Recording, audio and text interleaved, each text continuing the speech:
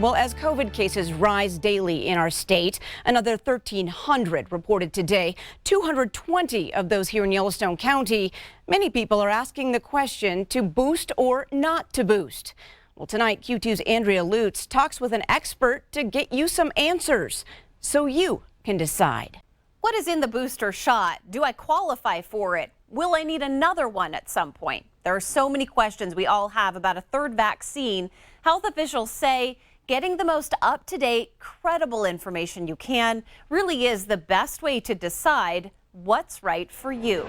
It's October in Montana, and boosters are available to those who qualify. It feels like when you go out, you don't have to be so afraid. So Linda Fashing and her husband are in line. They're both 65 and over and qualify for the Pfizer booster. Seems like the people that die from it have not been vaccinated. And in Montana, more than 20,000 people have opted to get a booster or that third shot as of the beginning of October. It's something Nancy Iverson with Billings Clinic says she had a feeling would be coming. I'm not surprised we're into year 2.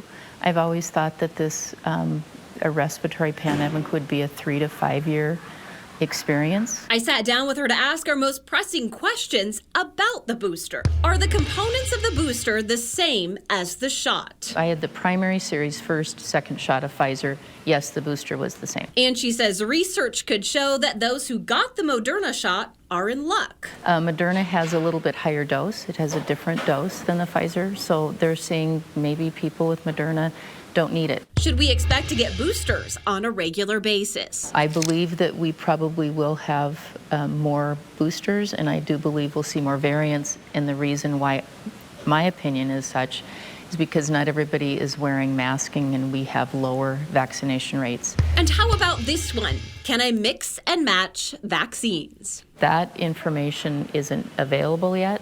I would just follow public health recommendations right now until we learn. When can everyone expect to be eligible for a booster? You still got a vaccine that's effective, highly effective. You may, because of Delta, need to understand it's more transmissible. As she finishes getting her booster shot, Fashing says she feels like now she's got an added layer of protection. I would say it feels like a shield. And she'll keep listening to the guidance of experts for next steps. Who knows what's out there? I mean, all the different variants, who knows? But I think just take it one step at a time. And so this is the next step, and then we'll just see where it goes from there. Information on the booster is always changing, as Iverson pointed out. In fact, here's a last-minute change to my story. Just this week, the National Institute of Health, they came out with a study saying mixing and matching vaccines is found to be safe and effective. Still, if you have questions, experts say talk to your doctor, somebody who knows you the best.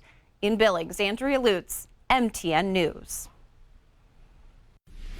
Nancy Iverson spent an entire hour answering our questions and your questions from Q2 viewers about getting the COVID booster shots.